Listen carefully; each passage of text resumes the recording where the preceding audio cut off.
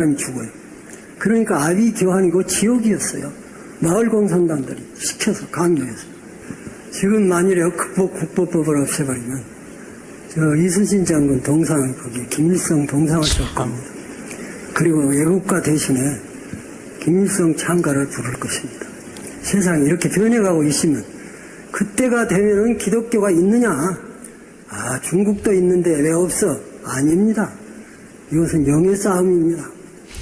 북한 자체의 정권은 식물 정권이지만 남한의 좌익이 몽땅 뭉쳐가지고 저 서울시청 앞에서처럼 그 좌익이 다 뭉쳐가지고 이 정권을 없애버리고 다시 좌익 정권이 서게 되면 그 다음에 북한하고 합작해서 남북 국회의원들이 모여서 이제 연방정부를 세웠다 해버리면 끝입니다.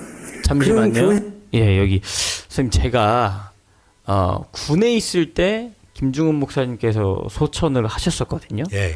그러니까 벌써 한 15년, 예. 16년 정도 된 것 같은데 그때 제가 이제 들었던 내용 중에 하나가 김중훈 목사님께서 예언성 발언처럼 이렇게 소천하시기 전에 말씀하신 내용들이 몇 가지 있으셨다고 하더라고요. 예. 그 중에 전광훈 목사님 만나셨을 때는 몇 가지 이야기를 먼저 해주셨는데 첫 번째가 하나님께서 김정일을 데려가실 거다. 예.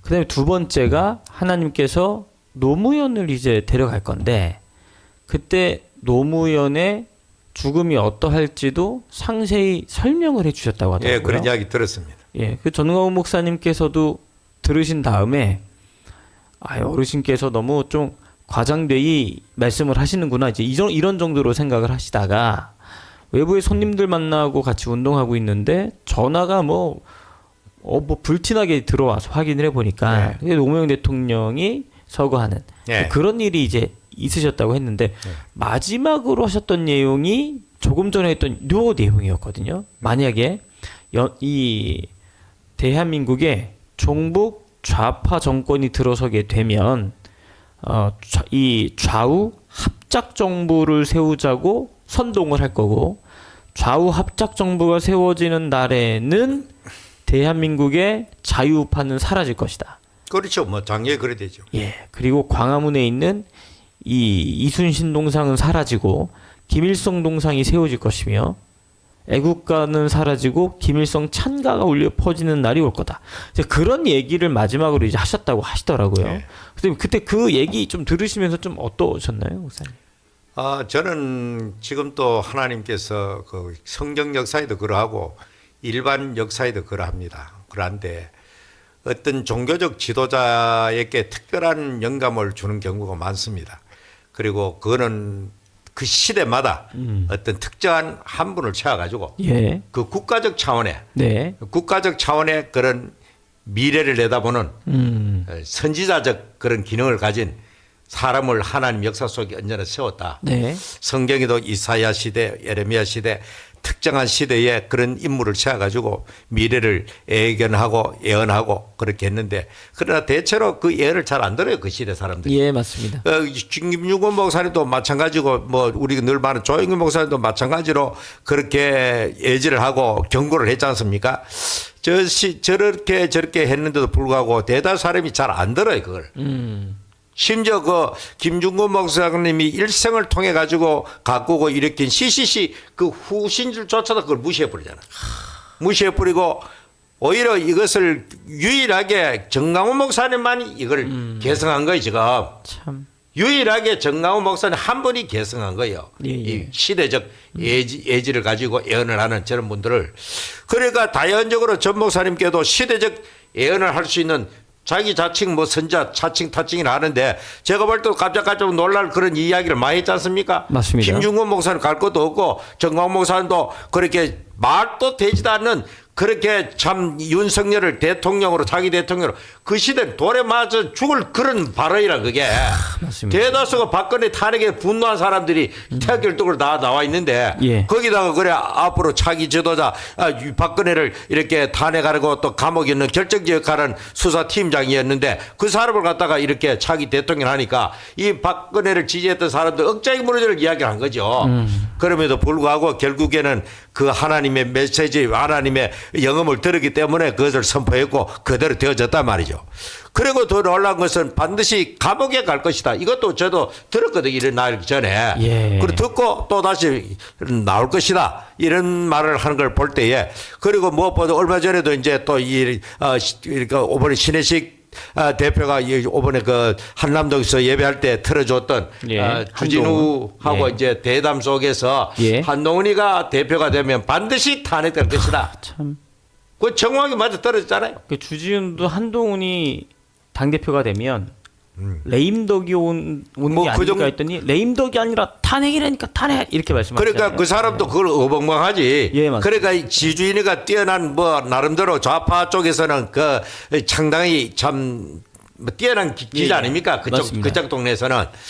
그런 사람들조차도 이런 것을 알 수가 없는 겁니다. 미래에 속한 일은 하나님께 속한 일이기 때문에 이렇게 전 목사님이 우연하게 툭 던지지만 그게 다 맞아 떨어지고, 일찌감치 한동훈이는 법무장관 나올 때부터 저건 안 돼 이런 식으로 말했으니까 예. 처음에는 그것도 얼마나 보수 세력에 욕을 얻은 것 같습니까? 저항이 많았죠. 예. 정신 나간 사람 아이가 지금 대한민국 보수 사람들이 전부 다 한동훈 이외에 대안이 없다고 다 빠져 있는데 당신 뭐 이렇게 젖밥 뿌리냐 이런 식으로 해가지고, 특히 대구의 사람들이 그 뭡니까 한동훈이 대구 모든 보수 지도자들 전부 다 대구 가가지고 이렇게 먼저 길을 맞습니다. 봤잖아요. 예, 예. 그러니까 한동훈이 처음에 대구 왔을 때 막 동대구에게 사람들 인산이는 모르고 사인해도록 하고 하니까, 그러니까 그렇게 대구가 첫사랑이란 말이에요. 정치, 예, 예. 대중 정치인으로. 그런데 가니까 대구 사람들은 막 멀토닥다 소리 하지 말라는 식으로 우리랑 정강 목사 이 지지세력들을 막 공격했다고요. 예, 예. 그러나 지금은 어떻게 되었습니까? 어저께 한동훈이가 부산 가가지고 뭐 북거선는 거 뭐 가려고 하다가 수백만 명의 사람들이 배신자 떠나라는 식으로 해가지고 난리 지겠는 뭐 이래. 그러니까 그것조차도 미리 안단 말입니다. 그러니까 저거는 물론 뭐 전 목사님이 참 기도 많이 하고 하나님이 특별히 그분에게 보여주는 것 같아요. 이 국가의 위기나 이 예. 모든 것을. 그러니까 보통 사람으로서는 깜짝깜짝 놀랄 수밖에 없는 거 상상 밖의 일이죠. 맞습니다. 진짜.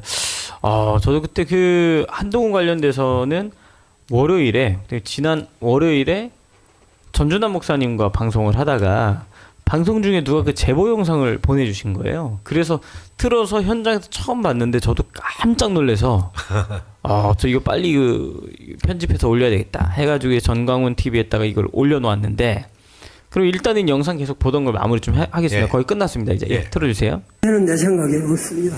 한국은 세계에서 유일의 나라예요. 특별히 다른 나라는 공산당이 있어도 상관없어요. 그러나 우리나라는 있으면 안 돼요. 그것이 마지막이에요. 무서운 영의 전쟁이에요. 최후의 전쟁이에요. 기독교에 대한 심판이에요. 기독교의 생사가 여기에 달려 있어요. 이야, 목사님, 이게 지금 정치적 문제가 아니라 영적인 생사의 문제, 문제다. 생사의 문제. 예. 교회의 운명이 여기 달려 있고 우리의 생사가 여기 달려 있고, 이것은 정치적인 문제가 아니라 심각한 영의 전쟁이다.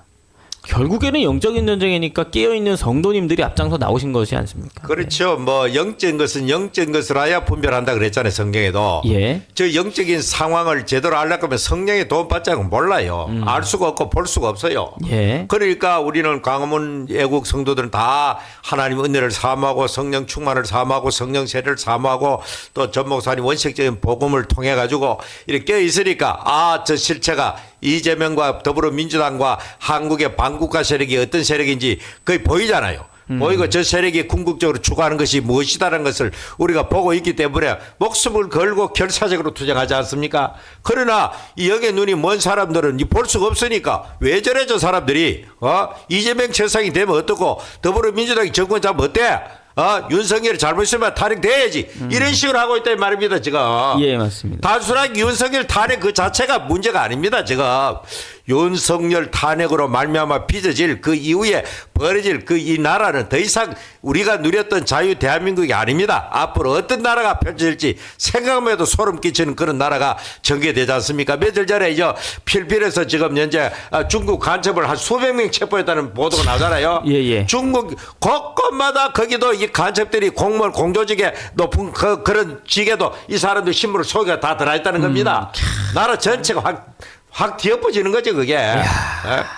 정말 이게 미국과 호주의 연합으로 돈 받아 그걸 조사해가지고 체포했다는데 중국이라는 나라 그렇습니다. 앞으로 중국 좋아하다는 끝이 대한민국 끝장나는 거예요 지금 이제.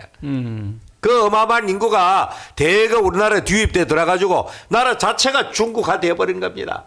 와 진짜 선생님 이게 진짜 되게 무서운 상황이잖아요 사실요. 끔찍한 상황이죠. 러시아도 지금 중국에 대해서 공포를 느끼는 이유는 러시아는 인구가 급속도로 줄거든. 땅덩어리 어마어마하게 크잖아. 예, 예. 이 우랄 산맥 동쪽으로 이쪽 이 지역에는 사람들이 별로 살지 않아요. 좀 자원은 많고 예, 예. 이 땅은 넓지만은 그런데 중국으로 바로 넘어가면 좀 그 땅이라. 그래서 사람들이 들어와서 살면 그게 중국 땅 되는 거잖아요. 그래서 멀잖아. 중국산 대거 넘어가지고 저절로 중국 땅이 돼버린다는 겁니다. 거기에 대한 공포를 이 러시아 사람 가 있는 겁니다. 지금.